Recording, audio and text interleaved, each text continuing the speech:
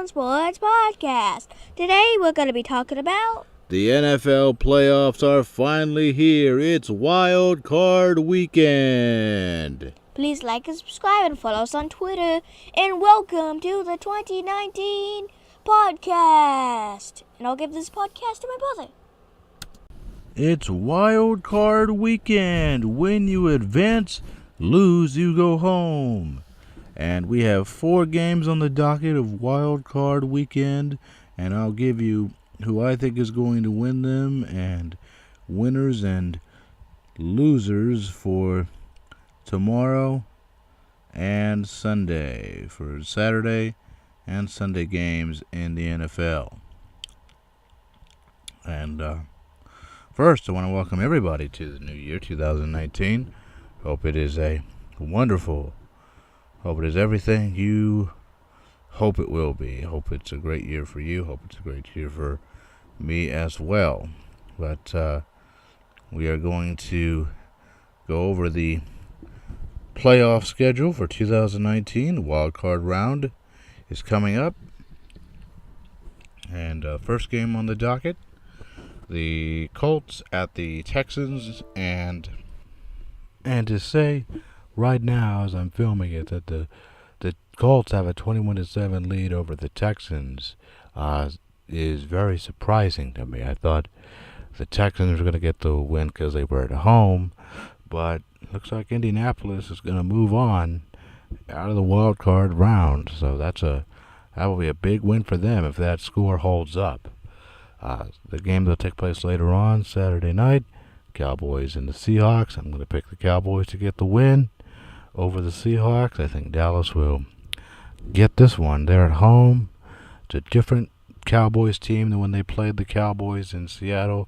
Amari Cooper is on this team, and Earl Thomas is not on the Seahawks team. He's on injured reserve.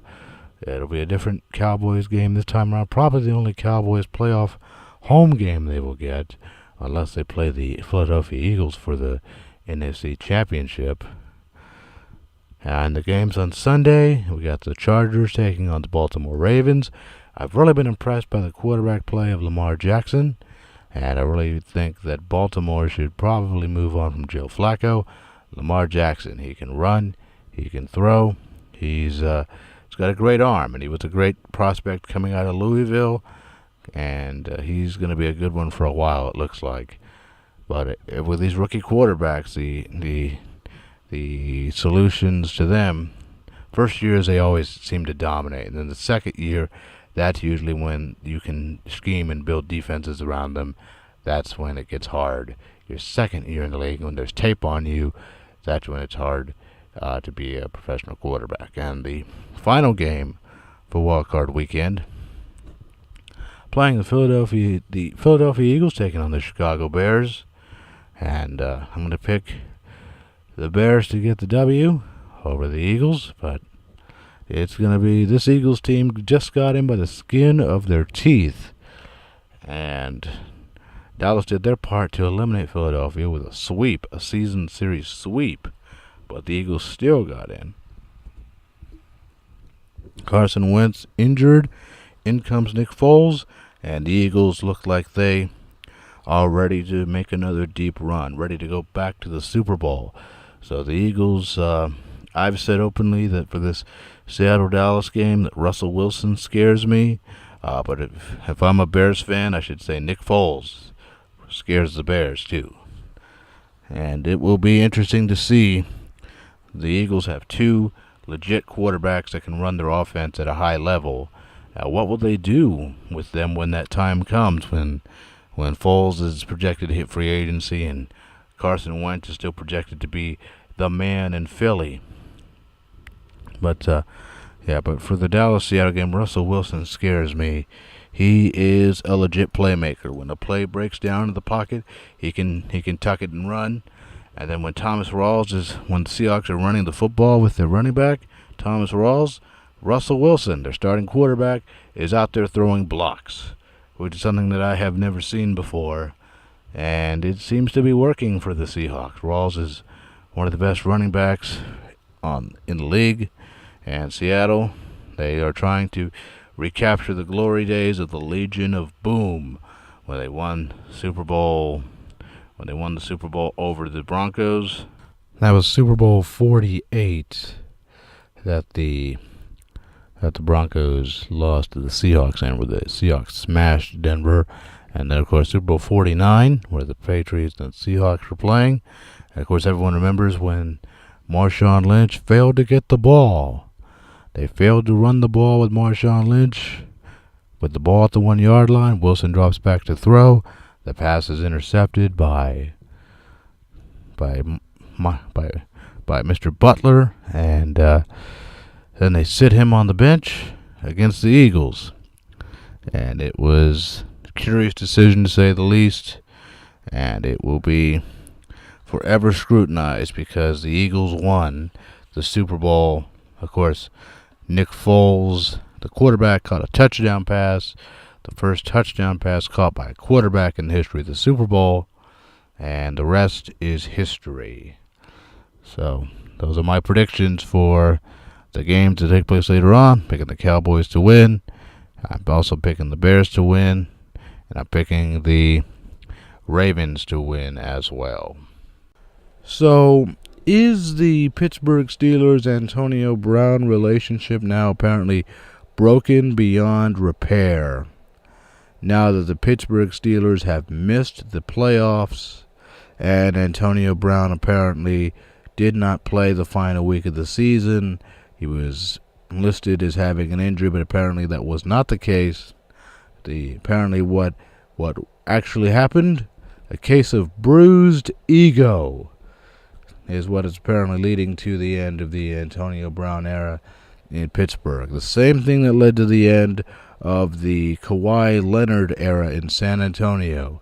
Not injured, but a bruised ego leads to him not wanting to play anymore for the San Antonio Spurs. So it's a bit crazy to me how these athletes are just, whenever they get their feelings hurt, they just don't want to play anymore in a game where their team needs them, where their fans are counting on them for support. But Kawhi Leonard, he was traded away to the Toronto Raptors, and on Thursday night the Spurs crushed the Raptors. And Antonio Brown, I don't know if this will lead to a trade. Clearly the Steelers are going to want to get someone of high value in return for Antonio Brown, and I'm really not sure who that would be. In the real world, if you were to pull a stunt like Antonio Brown or Kawhi Leonard all of a sudden failing to show up for work, or pulling a Le'Veon Bell, refusing to sitting out for a season because he didn't like how much you were being paid, you would be fired. You would be out of that company, whatever position you were in, and then you decided just not to show up. You would be fired. And it's crazy to me how much power these athletes have now over their coaches. If they don't like their coach, they can go to another team. If they don't like anything really, they can leave and go play for another team. But in the real world, if you don't like where you work, you can always find another employer. Now, that's apparently where the similarity between the real world and the sports world end. But we'll see what happens, and I predict the sports world is only going to have more and more power to the athlete and where they want to go. It won't just be cases like this one, cases like Leonard not wanting to be a Spur anymore, or Antonio Brown not wanting to be a Pittsburgh Steeler, or Eli Manning being drafted and not wanting to be a San Diego Charger. These instances are only going to get worse as the years progress in favor of the athlete. So I went to the Philadelphia Eagles, Dallas Cowboys, the final regular season game that those two played. A friend of mine was gracious enough to pick me up and take me to the game. And I think I'm going to do a separate podcast just where I talk about that game that I went to and share the pictures and share my experiences of the game. I just haven't really had time to do that yet. But I think I will try to do it. Maybe a separate podcast from the playoffs that are happening right now, which are in full swing, and because I had a great time at the game. It was fun. My first ever NFL game, and it had a lot of fun moments there, and it's quite an experience being at the stadium, being in front of 80,000 people, than watching it on your television. So I'll talk more about that hopefully in the future, and make a future podcast out of my trip to the Cowboy Stadium. Thanks for listening to the Power Zone Sports Podcast. Please like and subscribe. That would help the channel a lot, and I will see you later. Bye.